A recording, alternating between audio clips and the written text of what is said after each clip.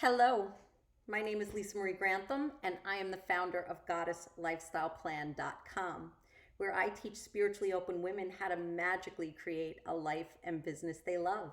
And today we're talking about how to invoke or call in the four elements into your home.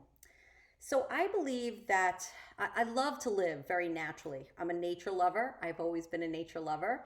And anybody who is attracted to, more of an earth-based spirituality really is very connected to nature. And, you might or might not know this about me, but years ago, I went to school to be an interior designer. I'm talking like 20 years ago, long, long time.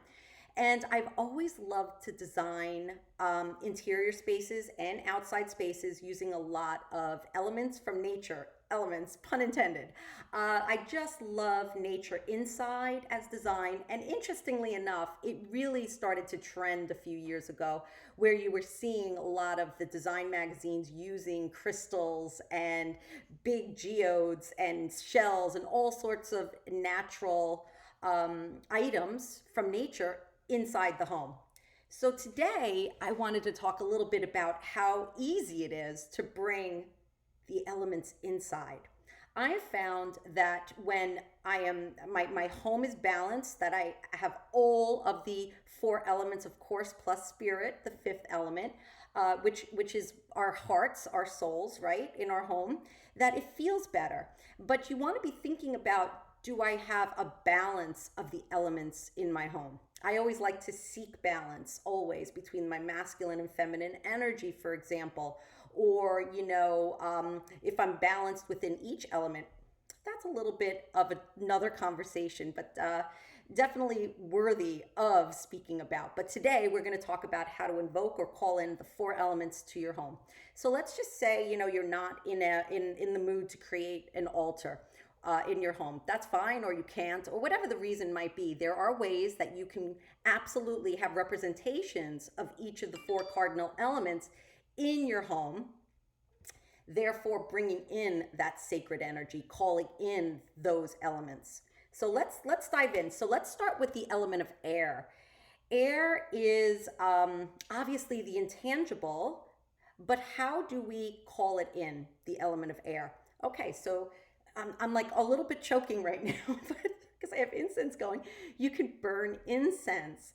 Incense is a representation or corresponds to the element of air, the way the smoke kind of goes and stuff away, floats away. You could also use wind chimes or bells. I have a tincture bells here. So ringing those, so pretty, will call in the element of air to your space. There's those little ringy bells like that. I wish now I had them. They like, when I want dinner served, to be like those little dinner bells. Yeah, that's a representation of the element of air too. And then one of my favorite, I say my favorite. They're all my favorite, honestly, if I was being fully truthful. But feathers. Feathers are a way of calling in the element of air as well. And this is, I believe, a turkey feather. And this feather right here is from our rooster. His name is Jasper, and he's a Lavender Orpington, and he just dropped this very pretty feather the other day, so I brought it in. So that's the element of air. Then you move into fountain. The element of water, which could be fountains or waterfalls. Now, here's something that I particularly like. I'm looking around for one myself, but it has to be the right fountain. But they have fountains now that actually chime as the water goes through them, and that would be calling in water and air at the same time. And I love the idea of that. I also love the sound of wind chimes. I have them hanging around the property and near the lanai and stuff, the entrances of our home. There's a feng shui principle, I believe, as well, that any sort of ringing by the front door is very good for good energy and stuff like that. It kind of clears and purifies the space and anybody who's moving through the threshold. So that's pretty cool. So fountains, waterfalls, the waterfall with the chimes. I'm telling you, I think that's my next purchase. Fish tanks, shells. This corresponds to the element of water. Any shell you might want to bring in, big or small. Now this is pretty cool. I like to give a little extra tip. I happen to really love sand dollars. And the reason, this is obviously a shell type of thing, but what you see right here is 5 points, just like it represents each of the elements. So air, fire, water, earth, and spirit. So a sand dollar is really like a lot of bang for your elemental buck, so to speak. So that's pretty cool. You can use that to represent water. Fire. I mean, that's pretty, I think, obvious, but burning a candle. But if you really wanted to bring in the element of fire each and every day, you could light up a candle responsibly, of course, and very carefully in a fire-safe vessel and burn that. But then they have these 7-day candles, and these you can light and burn when you're home and, snuff them out and then relight them. Or if you want to keep them burning all the time, of course, that's your prerogative, but you want to be safe when you're burning candles. But a candle is your representation of fire.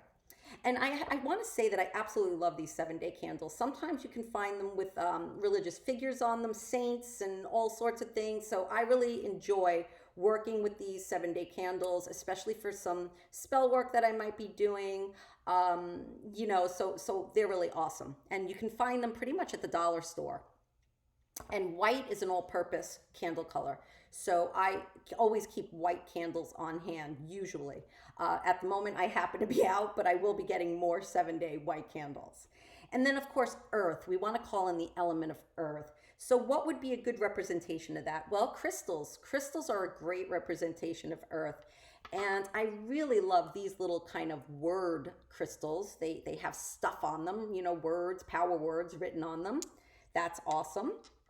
You can use rocks, any sort of rock. Now, this was painted by a very talented student in my monthly program, the Goddess Lifestyle Sisterhood. And that is isn't that gorgeous? She painted that rock. And I purchased it from her Etsy store. So that's pretty cool. And one of my favorite things to do is garden.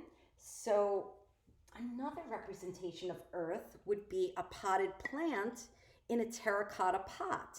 So this is obviously the terracotta is made from earth. Then you have the plant and the dirt, and it's a really nice representation of the element of earth. So it's really, really simple to call in the elements, to have them all around you. I, for one, feel much more balanced. I love having nature indoors with me. It's beautiful. Nobody creates, right, like nature, like Mother Nature, like the divine. So these are beautiful, beautiful, beautiful objects to have in your house.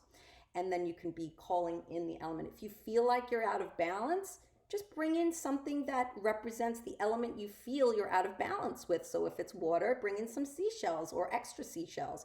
If it's earth, you need more structure, more groundedness, you can bring in those, a few potted plants in beautiful ceramic or terracotta pots.